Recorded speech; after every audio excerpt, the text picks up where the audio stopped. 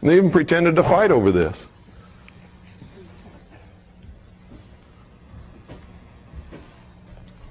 Like all of these secret society people do. It's called the Hegelian Dialectic. We want all these people to do something. So you and I are going to get together. We're going to create two different causes. We're going to get all these people wrapped up in it. We're going to pretend to fight against each other. And this fight is going to bring about the conclusion that we really wanted in the first place. And they're all going to think that it was done accidentally by them, and we didn't have anything to do with it. How many of you understand the concept of Hegelian dialectic, of manipulation, of political resolution? If you don't, you'd better read Hegel and you'd better study it, because that's what's happening. That's what the abortion issue is all about. Can government decide the abortion issue? Can you decide it with laws? If you could, everybody would obey the law, there wouldn't be any issue, would there? The Supreme Court has already made the law, haven't they? Thank you. I've been saying that for 20 years. It's the truth. The whole issue is designed to create a conflict which cannot be solved except by some world body. What do you think the ozone holes are about? How many of you understand the ozone holes? How many of you don't? Okay, it's about time somebody explained it to you. Because this is one of the biggest cons going. And what's it designed to do? Create a conflict between people who need to pollute the atmosphere and people who don't want it polluted, to prevent the depletion of the ozone layer, so that we're all not fried by the sun's rays coming from the great Apollo up there riding across the sky in his chariot. And by the way, if you want confirmation of what I said about the Founding Fathers, if you really believe that they were Christian, go look at the city that they laid out from the air. Look at the symbolism that they built into it. All deist, all Masonic, all Jacobin. It's another word for Jacobin, Illuminist, Illuminati. Go into the Capitol building, stand right in the center of the rotunda and look straight up at the dome where nobody ever looks. And what do you see? You see the apotheosis of George Washington, riding across the heavens in the chariot of Apollo. Who is Apollo? George Washington. He's become God now. And around the perimeter of the Capitol dome, you see all the old gods of the Roman pantheon. They're all there. Zeus, Mercury, Prometheus, all of them. What's that doing on the inside of our Capitol dome if this country is a Christian nation? Can you tell me that? No. And you never will be able to in a million years unless you turn around and admit the truth. The truth is it never was intended to be. The people in government for many years have been Christian. Are they now? Most of the people in our government now are not Christian, and that's part of the problem today. They have no morals, no ethical standards of behavior, and therefore anything goes. They're a pack of pathetic, chronic liars, which is the sign of a socialist every single time. Socialism believes in what? The supremacy of the mind of man, not in God. Anytime man has supremacy over everything, everything becomes what? Subjective. Subjective. If you're God, how can you do something wrong? And that's the whole problem with this crowd now. They don't have anybody to answer to. You see, whether you believe in God or not, the human race must have God. They must have a superior power to which they must answer. If they do not, then everything becomes subjective, and if I want to slice your head in half, by God, there's nothing wrong with me doing it because I'm God. You understand that? That's really what's wrong. When man has nothing or no one to answer to, man can do no wrong, can he?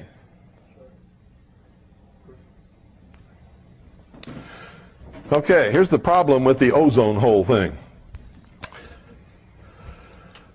How many of you have noticed that every time they show a picture of an ozone hole, it's always over or near one of the poles? How many of you have noticed that? Every time. Because it has to be. It's the only place it occurs, and it's not really a hole at all. And it has nothing to do with what we do. It has nothing to do with CFCs or anything else that we do here on this earth, period. Because here's the truth of it. How many of you have also noticed that whenever that hole occurs, it occurs at that particular pole in the wintertime? Why is that? Well, the earth is tilted on its axis.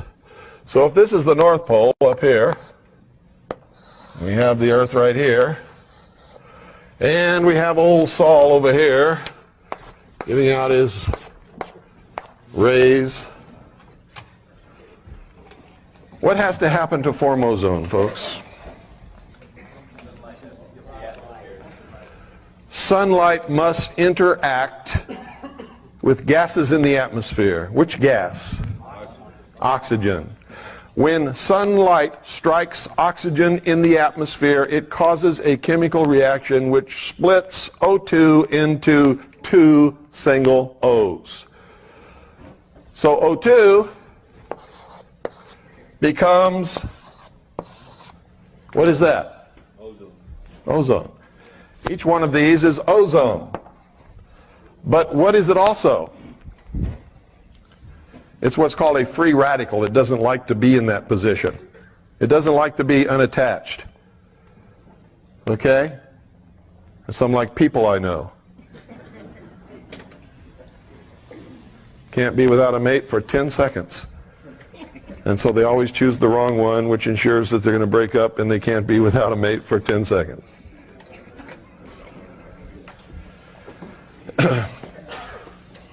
Believe it or not, most of us go through that little period. We think we have to be with somebody all the time. Not true. Okay. These, because they're free radicals, they don't like that state of being, don't last very long. As soon as they find something to latch onto that they can oxidize, they will. Or as soon as they can find another free radical of oxygen, they will form once again O2.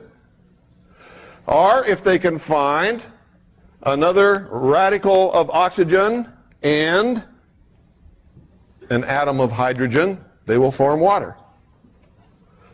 They don't like being apart. So ozone doesn't exist very long after it's created anyway. It's in a constant state of creation and attaching itself to something else and disappearing. So ozone is in a constant state of flux, becoming and unbecoming all the time. And it's caused by the sun rays interacting with oxygen in the atmosphere. What do we call that layer? There is no such thing as an ozone layer. What is it called? Because what are these? These are ions. Ozone is an ion of oxygen. Okay? It's called the ionosphere. So why don't these freako-environmentalist liars call it what it is, the ionosphere? Because it would be the truth, and we can all prove that the ionosphere is not disappearing.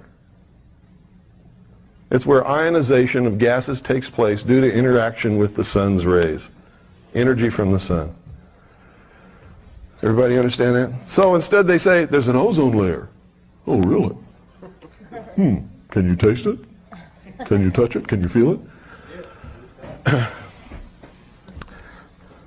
It's the ionosphere. And this whole thing is a hoax. Because here's what happens. As sun streams toward the earth, you can see down here at the South Pole where they're having summer, sun's rays are hitting all over the pole, aren't they? But up here, they're not hitting a portion of the pole. At the pole that is experiencing winter, what do they have there that's unusual about the rest of the earth? They have 6 months of darkness. There's 6 months when the sun's rays are not hitting that part of the earth or the earth's atmosphere. And so there is no interaction between the sun's rays and the oxygen in the atmosphere, and so what is absent? Ozone. Is it a depletion of ozone? No, it's just a place where the chemical reaction does not take place. It is absolutely perfectly normal. And when the Earth moves around to the other side of the sun, and the southern hemisphere is then experiencing winter because the sun is then over here, the hole jumps magically from the North Pole to the South Pole. And all of the CFCs that we are leaking and using on the face of this earth have magically migrated to one spot over the pole where nobody's leaking anything and depletes all the ozone right there. You see, if this was really true, where would the holes be? Los Angeles, London, Tokyo, there's a biggie. Phoenix, right? Do you know that the state of Arizona is the only state in the whole 50 United States that knows this and has passed a law saying, screw you, we know there's no ozone holes, we'll use CFCs all we want, and we do.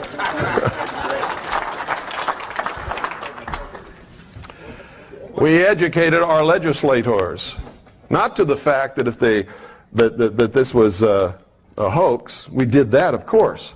But even though they knew it was a hoax, they didn't want to go along with it until we put pressure on them saying, hey, we're not going to support this scam.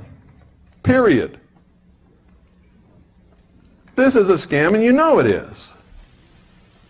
We put political pressure on them that they were going to lose their jobs unless they did what we wanted them to do. And so they did. Now, we don't always get our way in Arizona, because why do you think it's called Phoenix? And the Valley of the Sun, and the Sun Devils. That's all out of the mysteries. Phoenix is a Masonic city, if there ever was one, on the face of this earth.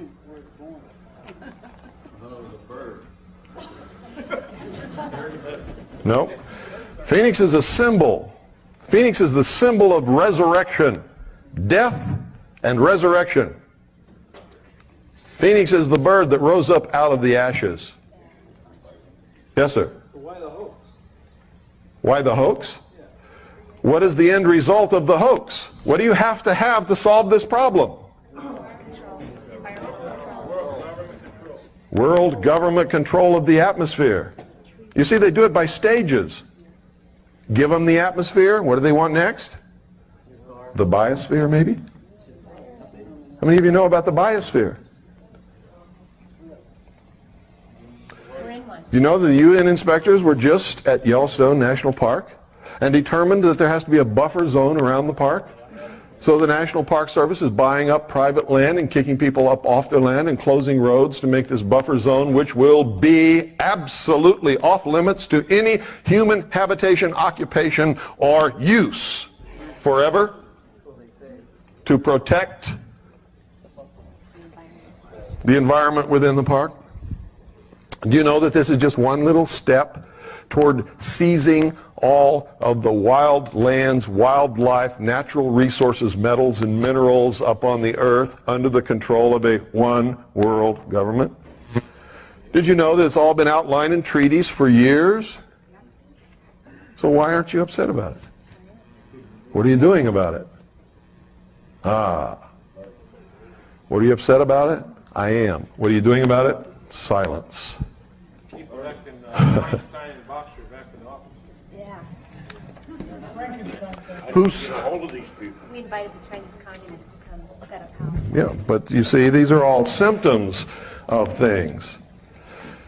It's the symptom that we're being controlled by some very, very smart manipulators who understand how to make us do their bidding, even though we may not want to. How many people are here? How many people should be here? Okay?